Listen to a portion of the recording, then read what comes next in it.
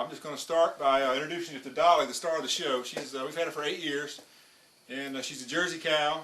We picked her up from a friend of mine over around Troy, Alabama. And this is March, so we've been milking her all winter. She's a little bony, but it's time to dry her up here shortly. But I'm waiting for another cow to come in, so we'll have some milk. And plus, I'm bottle feeding the calf off of her, so we need the milk. But I'm just going to show you how I've learned. I've been doing this for about 6 or 7 years now. How I've learned to work with the cow.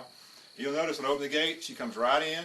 She don't speak any English, but she understands your tone of voice. So my mama always said, it's not what you say, it's how you say it.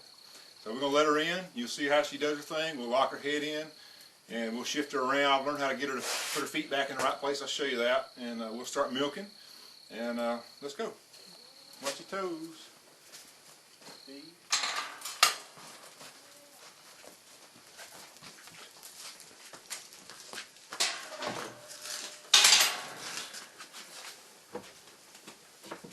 Now you notice we got a concrete floor. It's slick. So in rainy weather, it's slippery for the cow. So I'll put these rubber pads down over here. And if you have a concrete slab, you either need to scruff it up or put those down. I don't like to scruff up the slab because I like to be able to keep it really clean with soap and water. So first thing I do is get her in. I don't give my cows very much feed because I think you get a better quality milk. Maybe not near as much milk, but a lot better quality, a lot better for you if you just let them eat grass and hay. So I give her enough feed to keep her busy while I milk her. I like to get all the extra hairs off of her. As you can see, cow's got a few hairs. All right, see her feet are in the way. How I get her to put her right foot back, and I just push her hips. Good girl. Tone of voice, right there. She puts it back, I push her again, that's all. Okay? Knock a little sand off of her. Sometimes she's laying on the ground. Get all the sand and loose hairs off of her. You never get them all, but just do the best you can. Okay? Now I just use Johnson & Johnson's baby soap. Whatever's handy. And now that I wiped all the sand off her, then I'll wipe off everything. I use a betadine dip or spray when I'm done. That's all I ever use. Never had any problems with any of my cows. This is the only one I gave her antibiotics a couple years ago for an infection in her uterus after delivery. I don't give my cows antibiotics very much.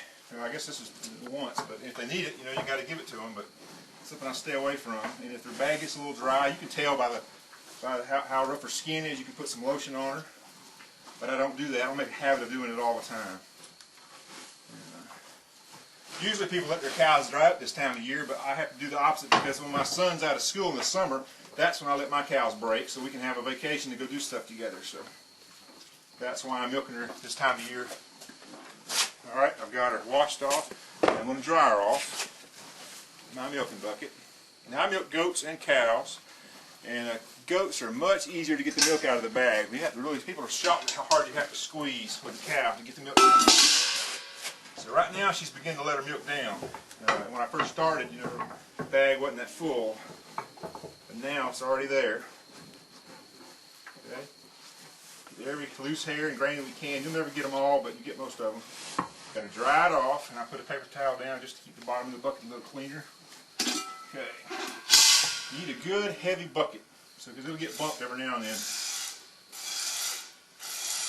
Now the technique of milking is very easy to understand, but it's a little harder to do. So you just start at the top and you squeeze down gradually, just like that. And then you can pull slightly, but don't pull too much. And a lot of that depends on what the shape of the cow's teats are. If they're real small, you have to, use 2 or 3 fingers. If it's real big, you don't want to create like this one, you don't want to create a bulb at the end. Over time, you could make that deformed. You put your hand right on the end, so it ends right at the end of your hand. You're not creating a balloon at the end of the tip. Now once you get the hang of this, you can milk a cow really fast. And like I said, I've been milking her, I don't remember, 8 months now, something like that. And she didn't breed back right away, so I can milk her longer. But I like to stop about 2 months before she's going to calve and let her put the meat back on her bones. And, the more you feed a cow when they're milking, it's just the more milk they produce. It doesn't actually go to their body. You'll see cows they just look so bony, but giving them more feed doesn't put meat on them. It just makes more milk. Also causes a greater chance of mastitis, and if you have young calves, it causes the calves to have the scours. So I think the mistake most people make is just overfeeding their cow. You just give them good quality hay and grass, and as little feed as possible to get them to stand still, you'll be better off. Right now, I'm getting a gallon from her every morning, every evening, plus I'm getting a half gallon for the calf, so I'm getting 3 gallons a day off of her. And, you know, if I gave her a lot of food, I would get a lot more, but, you know, how much do you need? And there's a lot of studies out there that say that grass-fed cows just have a much healthier meat and milk. They don't cause their heart disease. I won't debate anybody on that, but that's the way we do it, and it works good for us. I like to milk opposite sides. I never milk the same two on this side. I always milk the front one away and then the back one on my side and swap like that. And I always milk from the cow's right side. And I don't know why. Grandpa just said that's the way they always did it. And he never had any cows when I was growing up, you know, but he's lived with me the last 3 years. He recently passed away. He was 90, but I asked him a lot of questions, and he just said this is the side people always milked on. I don't know if he milked very much. That was pretty much women's work. His wife and his young kids milked. I don't think he ever milked. But, can we get a closer look at that, Steve? You all right? I'll come in here. That's whatever you want to do. We're about halfway done. Now the first milk is always has the best, the worst cream. The last part, say the best to last, as they say, the last part of the milk has the richest cream. So what I try to do is give the calf the first milk. Hold on right there. Try to give the calf the first milk. It doesn't have all the butter fat in it, and it's less likely that the calf will have the scours. I'll introduce you to our little calf in a minute. And she's about 6 weeks old. So here we go. Show you how to get a calf started bottle feeding. It's a little difficult to do. I like to take my calves off their mama after about the first week and start bottle feeding them by hand if they're a female. That way you make a good milk cow out of them, make a bottle calf, make them friendly.